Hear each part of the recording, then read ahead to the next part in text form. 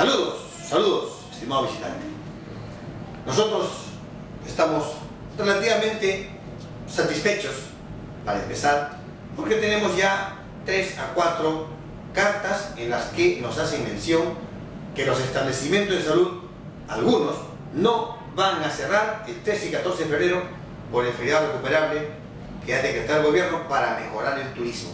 Los pacientes no viajan, los enfermos no hacen turismo, los enfermos se quedan en casa y necesitan servicios de salud porque para eso está el equipo de salud y el sistema a nivel nacional. Tenemos acá la carta de la región Callao.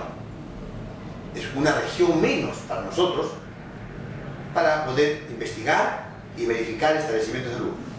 El doctor Ricardo Aldo Lama Morales, el director general de la región Callao, nos dice en una carta que en los días declarados feriados recuperables del año anterior, la totalidad de los establecimientos de salud brindaron en forma normal atenciones de salud en consulta externa, farmacia, laboratorio, estrategias sanitarias y además los servicios de emergencia.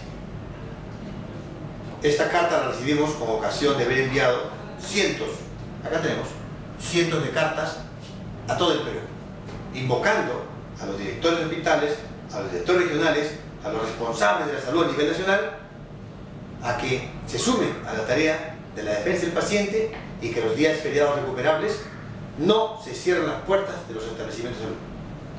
Así que este es un logro más para nosotros y por supuesto que nos sentimos fortalecidos en esta ocasión y vemos que la salud y el paciente va tomando un lugar preferente en algunos establecimientos de salud y en este caso en una región de nuestro país. Donde esté un paciente, allí estará HUC Vida.